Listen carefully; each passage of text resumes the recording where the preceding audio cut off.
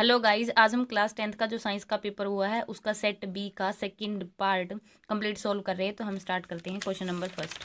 तो देखो हमारे पास क्वेश्चन फर्स्ट क्या आया हुआ है। The radius of curvature of a spherical mirror is 20 centimetre. What is its focal length. तो हमारे पास radius of curvature spherical mirror का दिया गया है 20 सेंटीमीटर।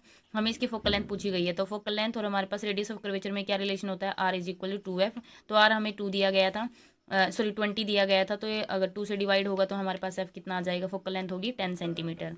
उसके बाद है question second, the change in focal length of an eye lens is caused by the action of. तो किसके एक्शन के कारण होता है, तो सीलरी मसल्स, यानी ऑप्शन बी रहेगा। उसके बाद है question third, the splitting of light into its component colour is called. तो क्या बोलते हैं उसको, डिस्पर्सन, यानी डिस्पर्सन ऑफ लाइट। तो ऑप्शन बी रहेगा। उसके बाद है question fourth, the SI unit of electric charge is. तो SI unit of electric charge क्या होती है, कुलाम्ब। तो यह कुलम्ब, यानी ऑप्शन सी रहेगा।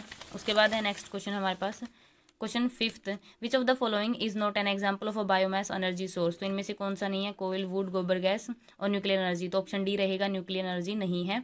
उसके बाद question sixth, which element is use for making solar cell. तो किसका यूज किया जाता है, सिलिकॉन का।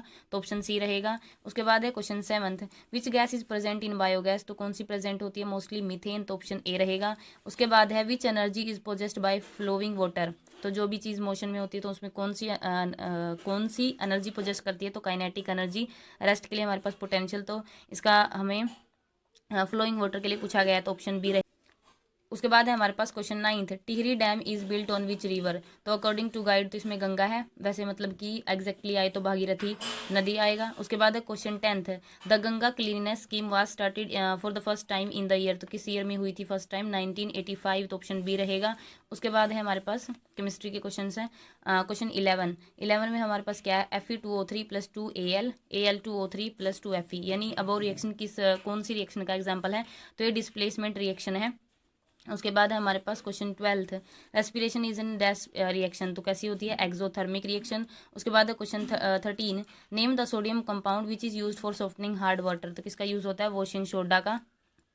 उसके बाद है question 14, which metal is found liquid at room temperature. तो कौन सी मेटल होती है जो लिक्विड होती है रूम टेम्परेचर पर। तो हमारे पास होती है मरकरी, जिसका सिंबल है Hg हो। तो ऑप्शन बी रहेगा। उसके बाद है इलेक्ट्रॉनिक कॉन्फिगरेशन ऑफ मैग्नीशियम। तो 12 होती है, तो पहले में 2 8 2।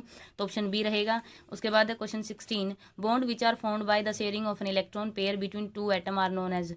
तो मतलब कि शेयरिंग से जो बॉन्ड बनते हैं वो कैसे होते हैं, कोवलेंट बॉन्ड। उसके बाद है question 17, chemical formula of propane. Propane में हमारे पास 3 कार्बन होती है, इसमें 2 है 5 4। तो यह हो जाएगा ऑप्शन बी, C3H8। उसके बाद है question 18, compounds of carbon which are linked by only double bonds between the carbon atoms. तो ऐसे क्या कैसे कंपाउंड होते हैं वो, अनसेचुरेटेड कंपाउंड्स। उसके बाद है हमारे पास लाइफ साइंस, मतलब इसके भी हमारे पास जीव विज्ञान से क्वेश्चन दिए गए हैं। The autotrophic mode of nutrition requires chlorophyll, sunlight, carbon dioxide या ऑल ऑफ द अबव। तो ऑप्शन डी रहेगा। सबकी रिक्वायरमेंट होती है तो all of the above, option D. उसके बाद है dash are the vessels which carry blood away from the heart to various organ of the body. तो कौन लेके जाती हैं, आर्टरीज, धमनियाँ। उसके बाद है question 21, which of the following is transported through xylem tissue in plant. तो ऑप्शन सी यानी वाटर। उसके बाद है क्वेश्चन 22, द वर्बिटल कोलम और backbone which protects the dash. तो किसको प्रोटेक्ट करती है, स्पाइनल कोड। उसके बाद है question 23, muscle cell have special dash that change both their shape and their arrangement in the cell. तो क्या होता है, हार्मोन्स। उसके बाद है question 24, which of the following mode is involve in asexual reproduction in spirogyra. तो क्या होता है, अगर सेक्सुअल होता तो हमारे पास होता कंजुगेशन, लेकिन असेक्सुअल पूछा गया है तो फ्रेगमेंटेशन, यानी ऑप्शन ए रहेगा।